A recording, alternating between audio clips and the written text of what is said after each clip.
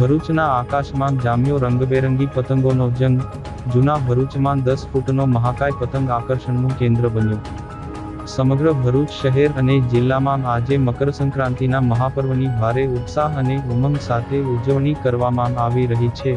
વહેલી સવારથી જ પતંગ રસિયાઓ પોતાના ઘરની અગાસીઓ પર ગોઠવાઈ ગયા હતા અને આકાશમાં રંગબેરંગી પતંગોના પેચ લડાવવાની મજા માણી રહ્યા છે. આ પર્વના માહોલ વચ્ચે જૂના ભરૂચમાં આકાશમાં ઉડતા એક 10 ફૂટના મહાકાય પતંગે સૌનું ધ્યાન ખેંચ્યું હતું. જૂના બજાર વિસ્તારમાં રહેતા અને સંકલ્પ ફાઉન્ડેશનના પ્રમુખ સંજય તલાટીએ 2 કલાકની જહેમત બાદ 7x10 ફૂટનો આ વિશાળકાય પતંગ તૈયાર કર્યો છે. કાગળ, પ્લાસ્ટિક, વાંસ અને સેલોટેપના ઉપયોગથી બનેલા આ પતંગને આજે જ્યારે આકાશમાં ચગાવવામાં આવ્યો ત્યારે લોકોમાં ભારે કુતૂહલ જોવા મળ્યું હતું.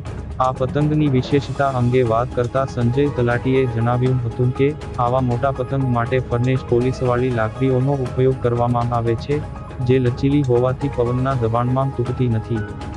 ઉલ્લેખનીય છે કે સંકલ્પ ફાઉન્ડેશન દ્વારા માત્ર ઉત્સવ જ નહીં પણ સામાજિક સેવાનો સંદેશ પણ વહેતો કરવામાં આવ્યો છે.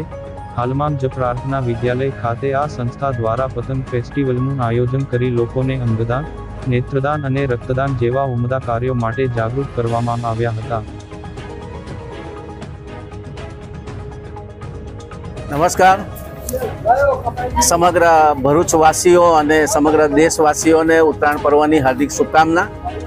આજરોજ સંકલ્પ ફાઉન્ડેશન ભરૂચ દ્વારા 10 ફૂટની પતંગ બનાવવામાં આવી છે. આ 10 ફૂટની પતંગ બનાવવામાં 2 કલાકનો સમય લાગ્યો છે. સાંજના સમયે આ 10 ફૂટની પતંગને ચડાવવામાં આવશે.